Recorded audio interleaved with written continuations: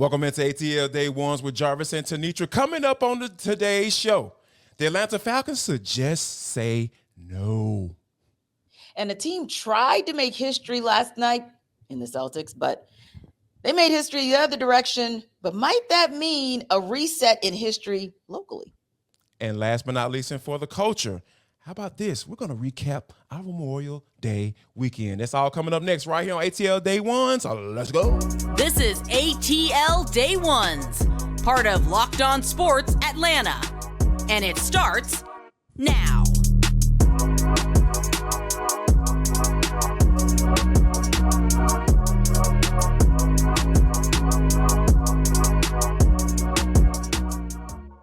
I want to start off by saying thank you for making ATL Day Ones your first listen of the day. Remember, we are free and available wherever you download your podcast. And wherever you download your podcast, make sure that you leave us a 5-star review. We really appreciate that from you in advance. Want to let you know that today's episode is brought to you by ATL Day Ones, part of the Locked On Podcast Network, your team every day. But T, when you think about, how free agents kind of hit the market, how a lot of teams start talking about, or the fans of the team start talking about, hey, what if we bring this guy in? And you know what? It seems like the Atlanta Falcons fan base always wants to be a part of that conversation. So, hey, we're going to give it to them, right? As much as it kind of burns my soul that we're actually talking about it, but, we're going to give it to you, people, because that's what we do. We serve you guys. We're here for you. Now, DeAndre Hopkins got released last week, and obviously a lot of people looking at the Falcons offense is saying, you know what? They don't have a number 2 wide receiver. But I think that we need to start looking at this thing a little differently because we don't have labels on this team. We're talking about positionless football, right? We need to label these people as pass catchers, not necessarily wide receivers. And as far as pass catchers go, I'm going to name them all for you. Drake London, Kyle Pitts, Jonnu Smith, Matt Collins, Cordell Patterson, Tyler Algier. Oh, yeah. Bijan Robinson. So I think the Falcons are pretty good, T, when it comes to adding another pass catcher to this room. And for me, it's not so much about the positionless concept, if you will, on offense. Yeah. It's about, hey, if we're going to go out there and get somebody who cost the Arizona Cardinals $22.6 million in cap space, if we're looking to spend that kind of money, no, it's not going to be positionless. It's going to be position full, as in add more depth on defense. Yeah. Give me some more guys up front. Amen. There are some guys that are still out there who may be, and when I say that, put you in the mindset of Calais Campbell, just meaning that they may not be that guy anymore, but they could still contribute on some level.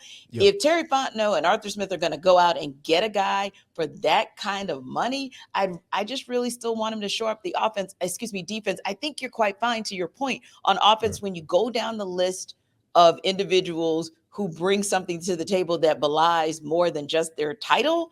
But I do think on defense, you can never have enough guys who can get to the quarterback. So again, if that's where the conversation is about potentially getting some free agents that are still out there, that may still contribute, or who may, for whatever reason, get cut maybe in training camp, but they still could be a good addition here for the Falcons, I'd rather the franchise wait. I'd rather the organization wait for that guy to show up on defense. Absolutely. And another part of the conversation that a lot of people are talking about, as far as like who's going to be that teams that are part of the bottom of the division to make that jump, because we have it happen there all the time, especially with the NFC South, because it bounces around as far as who wins this bad boy, because it's been pretty balanced, as far as who's winning the division, with the Saints and the Buccaneers, and of course the Falcons had their run as well, and the Carolina Panthers sprinkled in there too. So a lot of teams have been having those conversations about who's going to be able to make that jump from worst to first. And the Falcons are a team around the NFL they're starting to look at. Do you think this team can do that, T, based off of what the moves that they've made and the type of conversation that we're having now? We're talking about getting a guy who got released, who's a high-money guy, and the Falcons had money to spend. They spent it. So, hey, have they done enough to make that necessary jump? Yeah, whether you look at it from the perspective of the competition within the division, or whether you look at it where the article that we actually saw, or the tweet rather, from Game Day NFL that listed the 8 teams, and those teams included the likes of the Jets, the Browns, even the Cardinals, the Texans, and the Falcons were at the top of that list. And I said, why not? Because I can't see any other team that was on that list who might make that jump that would supersede the jump that the Falcons can make to be that team that goes from worst to first, right? So except maybe if you think about the Browns having a full year with Deshaun Watson, maybe. Yeah. I could, possibly see that. But the rest of the teams on the list, Jarvis, I was like, there's no reason that the Falcons shouldn't be at the top of a list of teams that goes from worst to first, whether you look at it from the perspective of those 8 teams that were mentioned or the division, because like you said, they still went out and did what they were supposed to do from a free agency perspective. And if all we're doing, Jarvis, is looking at what all 8 teams look like on paper, the Falcons stack up. The Falcons stack up quite fine with what the rest of those teams did in the offseason, as well as what those teams did in the draft. So, I think that the Falcons have definitely, they're definitely a team that's viable to be at the top of the list of, how at the end of every year you kind of look and say, wow, which team made the biggest leap? Wow, which team actually went from worst to first? I fully expect the Falcons to be able to have that conversation. Absolutely. I think they're well into that conversation. All they have to do now is put on the pads. That's kind of where I'm at right now. They've done enough on paper, I feel, to be able to compete for the division, and now they have to put the pads on and prove it. And that's kind of, and I feel when you're at that space, or you're in that space with this particular team, I feel like that is a good opportunity. It's a good chance that they can be in the conversation for this division midway to the end of this season. And I think that at this point, I really feel like they can move on. Now, last but not least, T, we got to talk about this. Michael Soroka makes his return to the rotation last night. T, when you think about August of 2020, over 1,000 days since he was in the big leagues, T, he makes his return last night. And from my eyeballs, I feel like he did a stand-up job last night. Yeah, and maybe even more in the loss. Yeah. Yes, exactly. So we're not taking away from the fact that loss was a crap the bed situation, because a team is on an 11-game losing streak, and then you go and let them beat you 7-2. Didn't like that piece at all, Lucas Lukey. But speaking of that, if I compare the 3-run home run that Michael Soroka gave up to Ryan Noda in the 5th inning versus what Lucas Lukey did in the 8th, I take the Mike Soroka 3 runs, because what I liked about it is the bounce back in the 6th inning. Brian Snitker, once again, at first I scratched my head. I was like, no, don't make him go back in. He gave you 5 innings. Be good with that. But I like the fact that he sent it back, because the point that he made post-game was what I agreed with as well. He wanted to see what he was made of. So when you finish 6 innings, an economical 83 pitches, you get 3 strikeouts and just a couple of walks. But more importantly, Jarvis, you get yourself out of an earlier jam, and you come back in the 6th inning, and you perform. Right. You perform, give us a solid outing, a solid frame, despite what you did in the 5th inning. Man, the Braves really have to feel confident, positive, optimistic about what they saw out of Michael Soroka. Like you said, for a guy who had not breathed an inning, breathed a pitch, got on the bump in the majors in almost 3 years. Really, really liked what I saw out of him, and the fact that he was out there striking guys out at 94 miles per hour. I think that's pretty nice speed and velocity there on the ball. Yeah, absolutely. Like you said, and I think that was the biggest point that made me smile last night as well, when he went through the 3rd inning, got out of that, right? And then he came back in the 5th and gave up 4 runs. And I was just like, okay, please keep this guy in, because that's what you got. That's what you brought him in for, right? Because you want to see if he can help you out. And the fact that he came back in that 6th frame and had a scoreless inning, that's all you're looking for, because you want to be able to not see the spiral, right? Because that's what happens when guys who haven't been on the mound for so long, a lot of times when they go into those funks, they spiral out of control, and they don't know how to figure out how to get their way out of it. But Michael Soroka showed twice that he was able to get out of a funk, and, if he got himself into it, and, he obviously gave up the 4 runs, but to see him come back in the 6th, I think that was really key to his development, and let's everybody know that, hey, this is something that he's going to be able to do to help the Braves out. Now, speaking of helping out, I think last night, T, the Miami Heat, they helped out the Atlanta Hawks. We'll tell you exactly how they did that. But first, we got to talk about Built Bar, because it is the #1 protein bar in America. So what are you waiting on? T and I, you see how we've been getting down? Some of you haven't seen us in person. Y'all look how fine we are. You know what I mean? Built Bar has helped us accomplish that, because it got 17 grams of protein, only 4 grams of sugar. So all you have to do, if you want to get yourself a Built Bar, is go to Built.com. come because they got all the necessary flavors and everything you've been looking for. And if you're tired of ordering from online, you're trying to get out the house and trying to get rid of this pandemic lull that we've been in. And yeah, I think it's still going on, but it may not. I don't know. We don't know. But you're trying to get out of that funk, right? You want to go pick it up in person? How about this? Go to Walmart and get a 4-bar box. Or if you like me, you want to get the big boy box and you want to have a nice little supply because, hey, you've been getting your workout on. All you got to do is go to Sam's Club because guess what, guys? It's the #1 protein bar in America, and you should get on board just like we have. 151 teams tried it. Nobody was able to get it done. The Celtics really, Jarvis, had the best chance because there were 4 teams in the NBA's history that were down 0-3, got it to game 7. Celtics are the only ones who were able to get it done at home or try to get it done at home, but could not as the Heat found a way to beat them yet again, 103-84, the final season low for the Celtics in a decisive closeout win or stay home game. Yeah. You spent almost 365 days, almost the second after the NBA Finals closed out in 2022, talking about how you wanted to get back to this point, but you couldn't. And I feel like it was one of those, you see the meme sometimes online where it just uses the greater than sign or the less than. And all I could see was Eric Spoelstra is greater than Joe Mazzulla because a lot of it was, yes, the Heat players, both their superstar and their role player stepping up to the plate. But also it was about a coach that after game 6 told you, I don't know how we're going to win, but we are going to win this game. And they actually, Miami showed up and did exactly what they said they were going to do. But we know that the more serious thing for Hawks fans were, so how Jaylen Brown doing with the commentary around whether or not he will be returning to that team next season, or does the Hawks franchise really have a crack at getting him as the Celtics franchise tries to determine what they need to do to get over the hump. But before we go there, Jarvis, one of the things I wanted to ask about specifically Celtics Heat is when I looked at that game, the Celtics overall reminded me of one thing.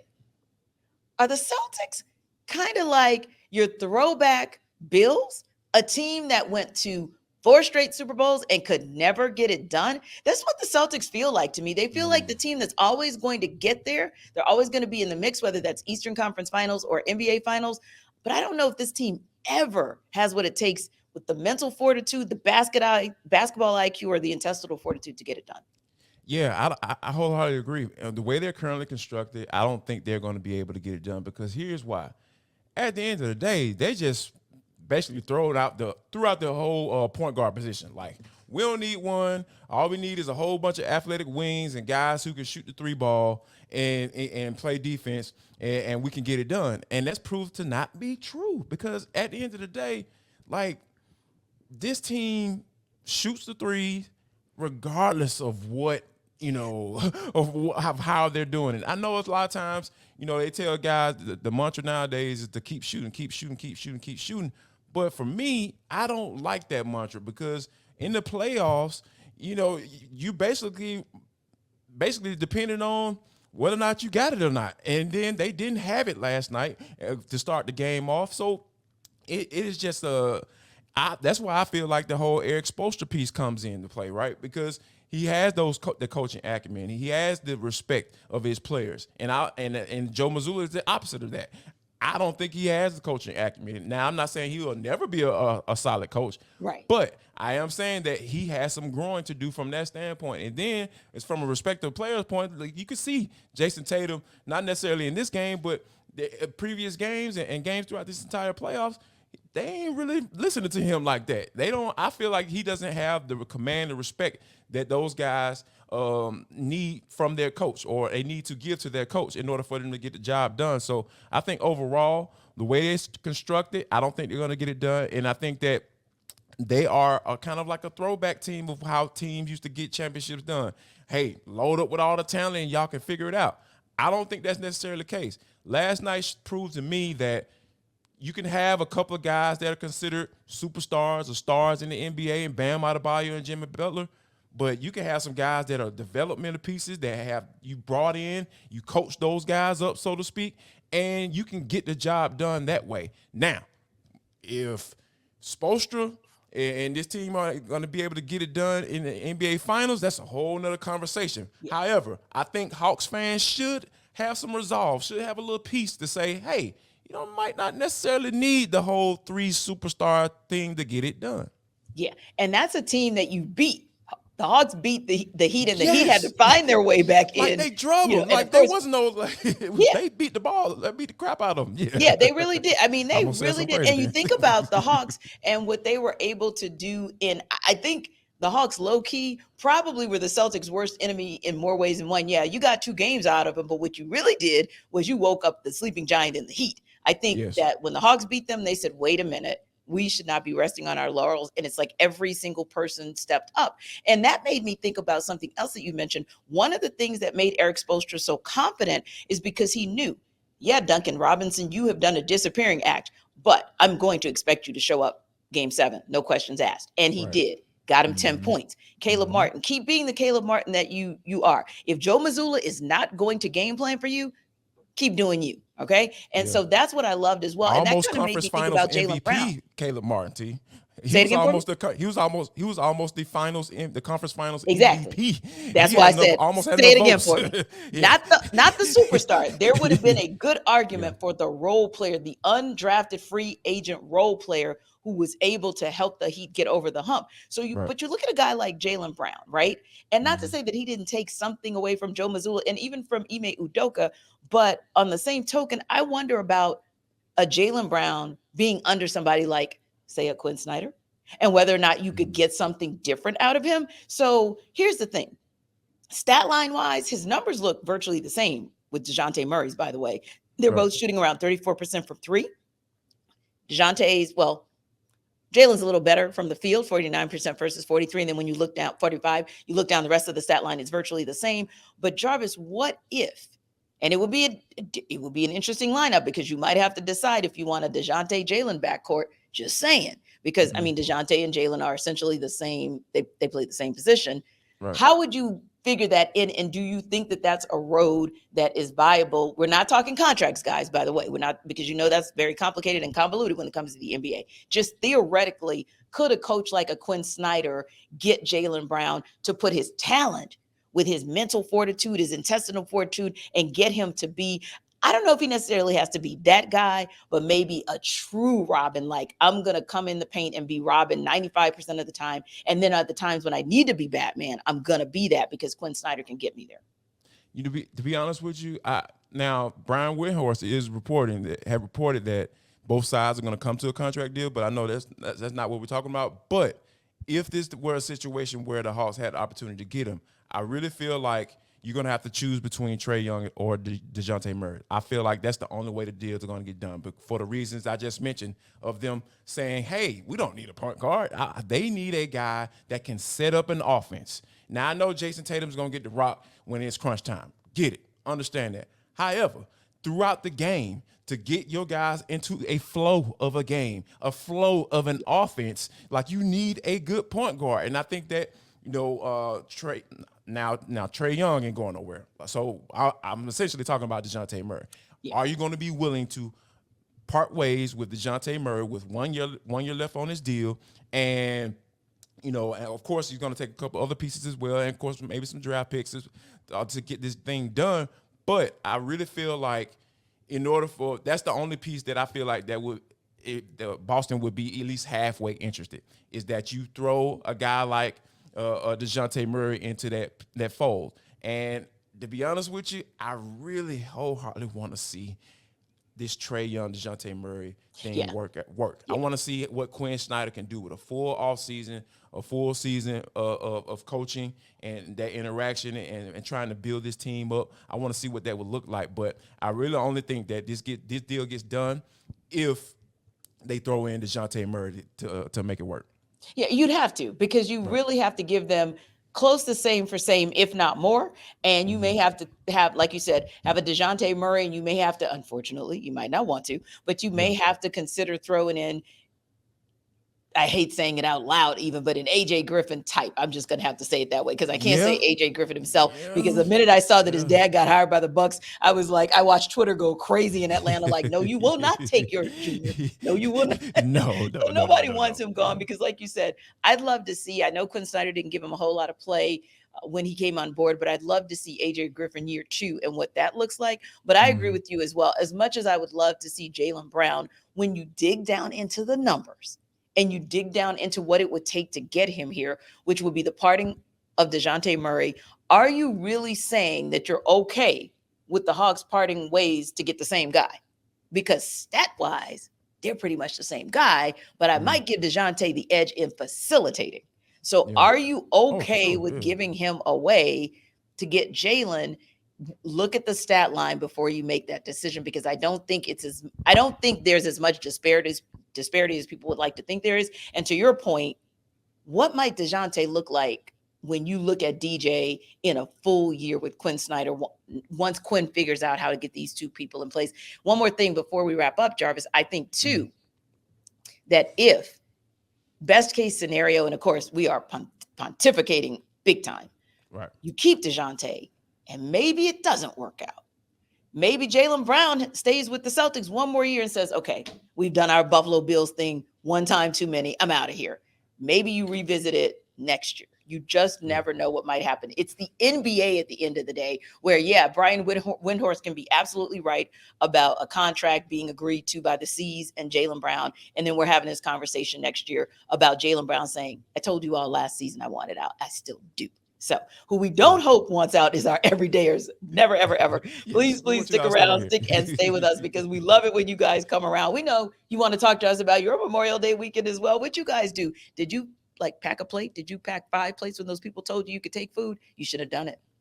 That's what the everydayers are getting away from ATL Day Ones, and some conversation, real talk about who you think will be the potential to bring to the Hawks on a team that could potentially be back in the conference finals, hopefully next year. Also, you come here to hear us talk to you about what we think about the Falcons as they go through their final week of voluntary OTAs and get prepared for minicamp. So don't forget, wherever you check us out on YouTube or wherever you get your podcast, make sure you leave comments on YouTube and make sure you download us wherever you get your podcasts.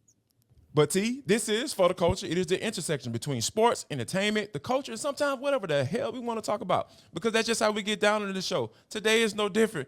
T, when you think about, I mentioned the pandemic stuff earlier on and getting out of that funk, and I feel like Memorial Day has helped me do that even more, because we had to get down at the house. You popped up and came out and blessed us with your presence out here in Augusta. You know what I mean? See, I'm starting to embrace it now, T. So, flow with me here, right? I'm growing. I know I live far as crap from the city. That's why I couldn't go to a cookout Monday, because I was like, no. Douglasville on a Saturday, Conyers on a Sunday. No Johns Creek on a Monday. Love my boy DeJounte, but have to catch him next time. Yeah. That was tight. He hit me with that text when I was like, my brother, I don't think I'm gonna be able to make it, Doc. But I appreciate the invite. But sure, it went down. And one of the things that I've always really appreciated about, when these holidays roll around is the 3 F's: family, food, and fellowship. Absolutely. And we were celebrating Kenley. She got baptized on Sunday at the church. Yeah. So, we decided to have some people over. But the thing for me, T, I ain't got a problem with it. But, it is kind of funny when you kind of take a look at it. So, we had a lot of food. And, throughout the day, I'm telling people, I'm sprinkling in, hey, make sure you guys take a plate. Make sure you guys take a plate. And then, once we, Tanae and I kind of settled down and kind of chilled out, and at the end of the night, we started looking at those pans. Things a little empty. Right. I was like, I meant to take a plate, but God, dog, I ain't mean take plates, take pans. Right. People took pans home, T. Oh my God! And I tell you, the food was always so good at Casa La Davis. So I'm always that person who's like, "Oh, thank you, good," because I'm not cooking. So I'll take a plate, but I always try my best not to overload it. So it was very. Listen, people, it was a conundrum at the point. Because I was like, okay, the macaroni and cheese pan really only has like 2 servings left in it. Really is kind of 1 3/4. Yeah. So I was like, now, do I take the 1 3/4 or do I not? But I went ahead and just took 1 because I was like, I'm sorry. I said, good home training just dictates that I cannot take that last 3/4. I just can't. And so that's where, like, how my mind goes. And then, like, when, I got the brisket or whatever, I was like, okay, I'll let you decide, how much I'll put on the plate and my baked beans and all that. And then, of course, my friend, he wanted salmon. So he was, because it doesn't eat, beef or pork. So I was like, all right, fine. I'll get some salmon for him, which, like I told Tanae, straight lifesaver. Yeah, thanks to the Davises for making the evening just right with the salmon. But I don't know. Just the way I was brought up, you just kind of don't take, like, I don't care if they keep telling you 50,000 times to take every single thing. Like, you were trying to make me take half the cupcake tray.